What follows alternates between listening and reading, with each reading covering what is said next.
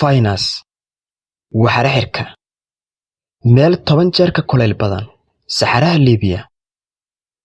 Ku soo dhawaada macluumaad iyo xog ku saabsan meeraha finance.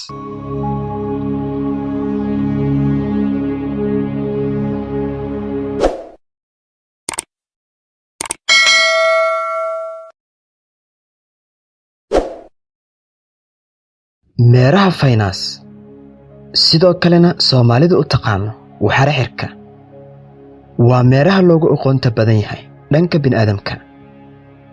waa hubaal inaad aragtay xidig muuqaal ahaan ka weyn xidigaha kale kaasoo ka soo muuqda dhanka galbeedka maqribka kadib. sidoo kalena xilliyada qaar aad ka aragto dhanka qorax soo baxa subaxda hore ee waabarigii xilliga la dukado salaada subax. xidigan marka laga soo tago inuu yahay meero ka mid ah meerayaasha sideedda ah waa mid ay Soomaalidu aad u taqaano waxaana lagu magacaabaa waxara xirka. sababta magaciisu waa inuu soo baxo xilliga waxaraha la xiro ee galabtii taasoo keentay in lagu magacaabo waxara xir. carabtu waxay u taqaanaa suhra halka dunida inteeda kale looga yaqaano meeraha finance. meerahan finance waa meeraha labaad ee ugu dhow dhanka qoraxda waxaana qoraxda u jira masaafo dhan 108 milyan oo kiiloomitir halka fogaanta u dhaxaysa dhulka iyo meeraha finance ay tahay ilaa 60 milyan oo kiiloomitir. waxayna qaadanaysaa in ka badan 3 bilood oo safar ah dhulka ilaa meeraha finance iyadoo la dirayo dayax gacmeedyo dheereeya. waa mataanka dhulka maadaama uu ka mid yahay meerayaasha u dhow dhulka dhanka hawada sare. cabir ahaan wuxuu dhulka ka yaryahay wax yar oo aan badnayn waana meero aad ugu dhow cabirka weynaanta dhulka.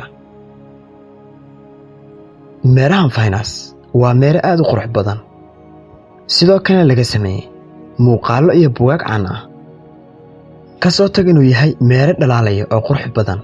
laakiin maxaa ku ogeysiiyey darnaanta kuleelka ka jira meeraha finance? meerahan finance waa meeraha ugu kulul dhammaan meerayaasha waxaana kuleelkiisu gaaraa in ka badan 400 digrii. haddii aad maqli jirtay dhulka waxaa jira meelo kuleel dartii aan lagu noolaan karin sida dooxada Danaakiil saxaraha Liibiya iyo Iiraan. haddaba ku soo dhawow duni kuleelkeedu ka badan yahay 400 digrii Celsius meel 4 marka kulul shaaha aad cabto. haddaba su'aal ayaad isweydiinaysaa taasoo ah maxaa kalifay kuleelka gaarka ee meerahan finance maadaama marka la fiiriyo meeraha Mercury uu uga dhow yahay dhanka qoraxda? sababtu waxay tahay meeraha finance wuxuu leeyahay atmosphere ama dahaarka adag dhammaan meerayaasha kale taasoo keenaysa inuu cashado kuleyl aad u badan. meero walba oo leh atmosphere adag waa mid ka kuleyl badan meerayaasha kale. meerahan finance ma lahan wax dayax ah taasoo iftiimisa xilliga habeenkii laakiin waa mid hela iftiinka dabiiciga ee qoraxda. meerahan wuxuu u wareegtaa sida saacadda oo kale halka meerayaasha kale ay wareegsadaan cagsiga saacadda. si kale haddaan u dhahno markaan joogno dhulka waxaan ognahay in qoraxda ka soo baxdo dhanka bari una dhacdo galbeedka. laakiin haddii aad tagtid meerahan finance qoraxda waxay kaaga soo bixi doontaa dhanka galbeedka iyadoona u dhici doonta dhanka bari ama qorax soo baxa. sababtuna waxay tahay wareegga meerahan finance waa mid ka duwan wareegga dhulka aan ku noolnahay. halkii maalin marka la joogo meerahan waxay la eg tahay in ka badan 243 maalin oo dhulka ah taasoo ka dhigan inay u dhiganto in ka badan 8 bilood oo dhulka ah inay tahay hal maalin marka la joogo meeraha finance. dayax gacmeedyo dhowr ah ayaa loo diray meerahan qaar ayaa ku dul degay dushiisa kore laakiin waxay sii taagnaadeen muddo yar kadib way milmeen kuleylka dartiis. mana jirin dayax gacmeed taagnaaday wax ka badan 5 daqiiqo. dayax gacmeedyada qaar ayaa ka sawiray dusha sare ee meerahan finance. oogada meerahan finance waxay ka samaysan tahay maadooyin badan sida maadada birta nitrogen iyo carbon dioxide.